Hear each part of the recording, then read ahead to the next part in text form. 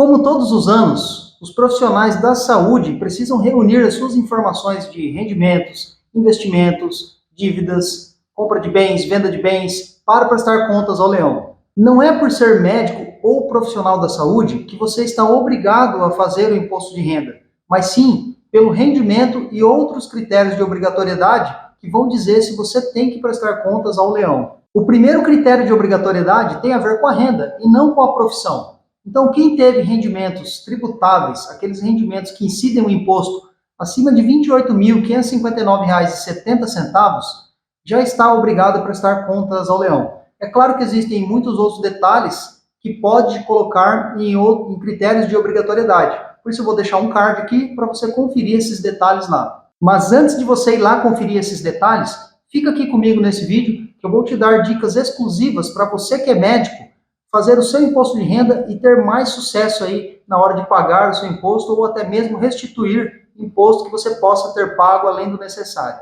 A primeira coisa que eu tenho que esclarecer é que, dependendo da característica da sua atuação como profissional da saúde, como médico, vai ser a forma como vai ser apurado o seu imposto. Então, é normal você ter, por exemplo, uma atuação CLT, ter um consultório, ter uma empresa, ou às vezes você ter o quê? Uma combinação disso. Você às vezes tem uma PJ médica, e também atua num consultório, atendendo pacientes particulares na pessoa física, também atua como CLT, de repente com algum vínculo empregatício. Então você pode ter esta combinação. E essa característica, né, a forma como você atua, vai impactar diretamente na forma como nós planejamos o seu imposto de renda, como você vai pagar os seus impostos. Por exemplo, se você é médico bolsista, você ainda é um residente, você recebe bolsa, e os rendimentos de bolsa, eles são isentos. Então, neste caso, você não vai pagar imposto sobre esses rendimentos. Mas se você, além de residente, já está prestando serviços, por exemplo, fazendo plantões, esses rendimentos eles são tributáveis. Então, pode ser que você não pague imposto ali sobre um rendimento porque ele é isento, mas não quer dizer que você não vá pagar se você tem outra fonte de rendimentos. Já se você atuou como CLT, tendo um vínculo empregatício registrado ali em carteira, a empresa que ele contratou, ela já fez a retenção de imposto de renda durante o ano, todos os meses que ela lhe pagou os rendimentos. E quando você vai fazer a declaração anual, você vai colocar dentro da sua declaração os valores que a fonte pagadora te entregou através de um comprovante, você vai preencher ali na declaração de imposto de renda e vai adicionar outros rendimentos que você possa ter tido, seja atendendo plantões, seja atendendo seus pacientes particulares no consultório, seja atendendo convênios que você tenha, seja cooperado, por exemplo, da Unimed, seja até mesmo recebendo salário de sócio de uma empresa, uma PJ médica que você tenha. Então, na declaração anual, é o local onde você vai reunir todos os rendimentos das diferentes fontes que você teve durante o ano, para que o imposto seja calculado em conjunto, já que mensalmente eles foram calculados de maneira isolada. A fonte pagadora do teu registro CLT calculou pensando nos rendimentos dela, no teu consultório você fez o cálculo pensando apenas no consultório, e assim por diante. Na declaração de imposto de renda, reúnem-se esses rendimentos em um lugar só, e calcula-se o imposto considerando a soma de todos eles, e não pensando neles individualmente. Então, por isso é que se chama declaração de ajuste anual, porque você concentra os rendimentos num local só e ali faz o ajuste, porque a tabela de imposto de renda ela é progressiva. Ela mira nos seus rendimentos pensando em quem ganha mais, pagar mais percentualmente. E para que isso funcione, é necessário reunir os rendimentos, e fazer isso todo mês e conseguir ter aí produtividade ficaria difícil. Então, o critério, né, a estratégia utilizada pela Receita Federal é, uma vez por ano, faz a declaração de imposto de renda, junta todos os rendimentos, e aí sim você enquadra esses rendimentos na tabela, pensando neles de forma coletiva. Então, para poder exemplificar rapidamente, quando você tem rendimentos de registro CLT, a fonte pagadora cuida da retenção mês a mês e te entrega um comprovante. Quando você tem rendimentos como profissional liberal, atendendo seu consultório, seus pacientes particulares, é sua responsabilidade calcular o imposto mês a mês e pegar esse controle mensal que você fez e transcrever na sua declaração. Se você é cooperado, né, de algum convênio médico, ele vai pagar para você na pessoa física. e ele também vai fornecer ali um comprovante de rendimentos, onde ele já fez a retenção do imposto de renda e ele vai te mostrar essa totalização através de um comprovante de rendimentos, tá bom? Se você tem uma PJ médica, então essa empresa também presta informações para a Receita Federal e tem condições de fornecer um comprovante. Então, a sua atuação como pessoa física no consultório, atendendo pacientes particulares e convênios onde você é cooperado, você deve reunir essas informações e transcrever na sua declaração. Os pacientes do consultório, você vai fazer um livro caixa, e o atendimento da cooperativa, que só paga na pessoa física, você vai pegar um comprovante junto ali à cooperativa, ao convênio, para você transcrever na sua declaração. É muito importante mencionar que aqueles atendimentos que você faz dos seus pacientes no consultório, atendendo os pacientes ali particulares, você tem que fazer uma informação para a Receita Federal dentro da sua declaração de imposto de renda, informando quem são esses pacientes. E as informações que você fornece para a Receita Federal são o CPF de quem pagou a consulta, o CPF do paciente que foi atendido na consulta, o valor e a data. Então você vai informar esses detalhes dentro da sua declaração de imposto de renda para que a Receita Federal saiba quem foi seu paciente e quem efetuou o pagamento. Através dessas informações, ela vai confrontar com as informações que os seus pacientes vão lançar nas declarações de imposto de renda deles e verificar se existe alguma inconsistência. Então é muito importante que você tenha atenção na hora de fazer o seu recibo e entregar para o seu paciente, para que neste momento da declaração não exista uma divergência. Aqui no canal também tem um vídeo, eu vou deixar um card para que você veja qual é a forma segura e correta que você previne esse tipo de cruzamento ficar inconsistente no recibo que você entrega para o seu paciente. Então, confere aí que você vai ver em detalhes para ter mais essa segurança. Como nós estamos falando da declaração de imposto de renda anual e é da pessoa física, é claro que se você atende pacientes e recebe na pessoa física, você tem que ter todos os cuidados no mês a mês nesses atendimentos para você ter uma declaração bem preenchida.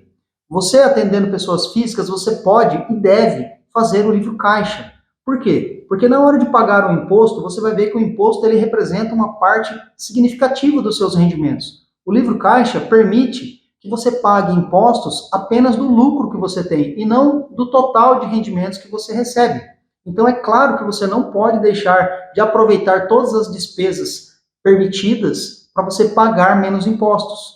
Contar com um especialista neste ponto para poder te auxiliar em quais despesas são permitidas, qual a forma correta, calcular esse imposto mensalmente, contar com um especialista neste ponto vai fazer você ter mais resultados, porque você vai pagar o imposto corretamente e pagando o menor valor permitido dentro da lei. Então não deixe de contar aí com um contador especializado para te auxiliar e construir um resultado melhor, potencializado para você neste quesito. Essas informações produzidas mensalmente no livro caixa, elas serão transcritas por totais dentro da sua declaração anual. Então fique atento que você pode aproveitar esse benefício.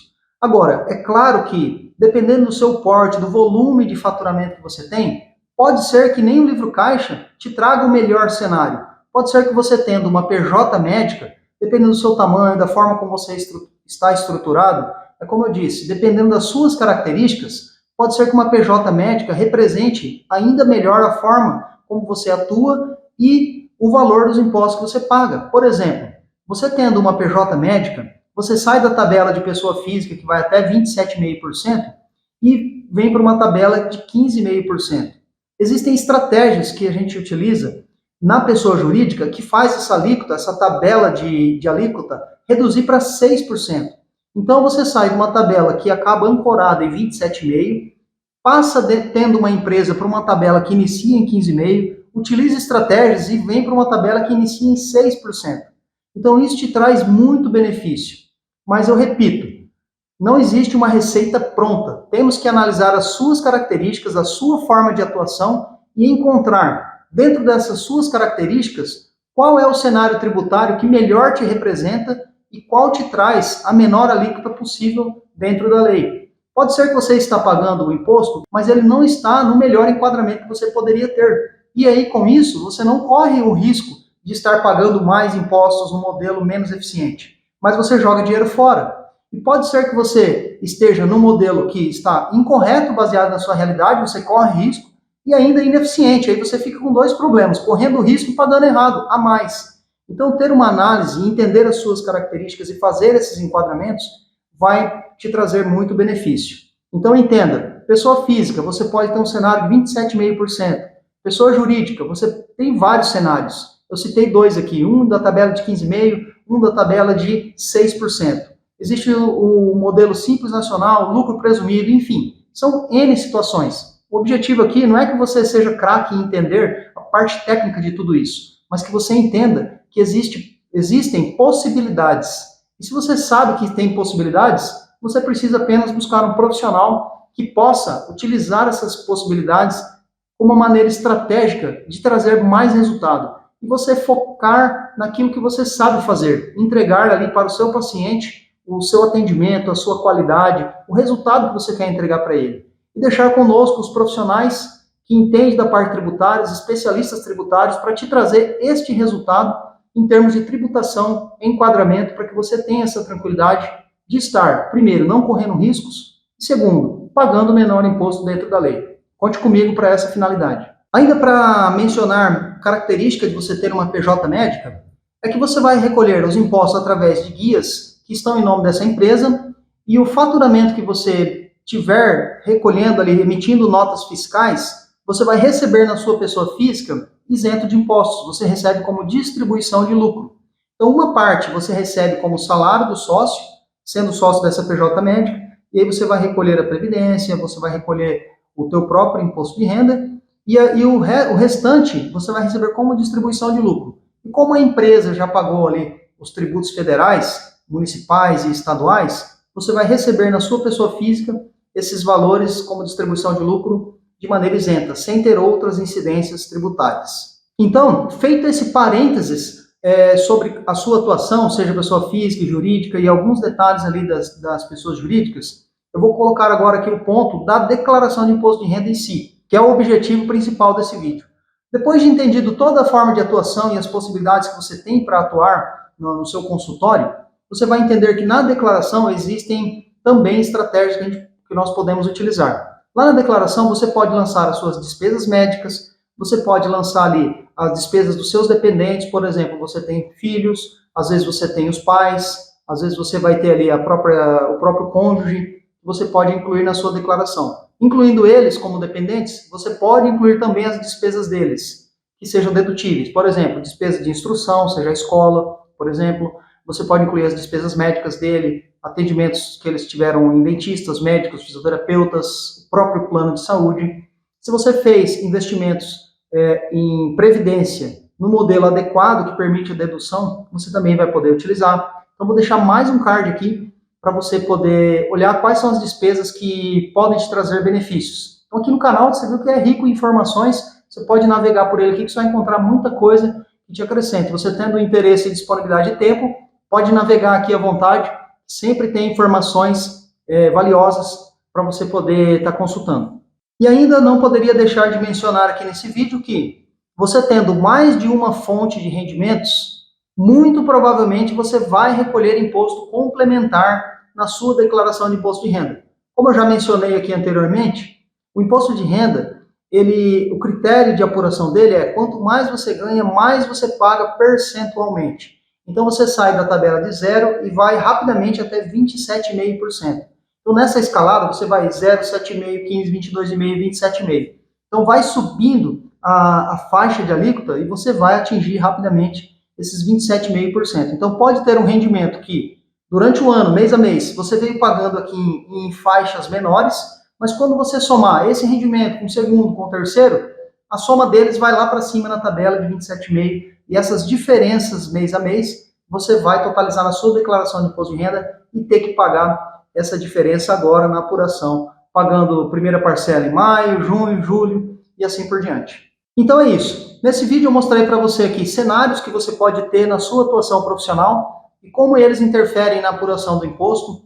Ficou sabendo que o livro Caixa te traz vantagens tributárias, entendeu que você tendo uma empresa, você pode ter pagamentos de impostos menores e que a distribuição dos rendimentos da empresa para você, elas passam a ser isentos. Falei também sobre possíveis deduções que você vai utilizar no momento da declaração de imposto de renda. Então, todas essas informações servindo aqui para enriquecer você a preencher a sua declaração de imposto de renda e ter melhores resultados.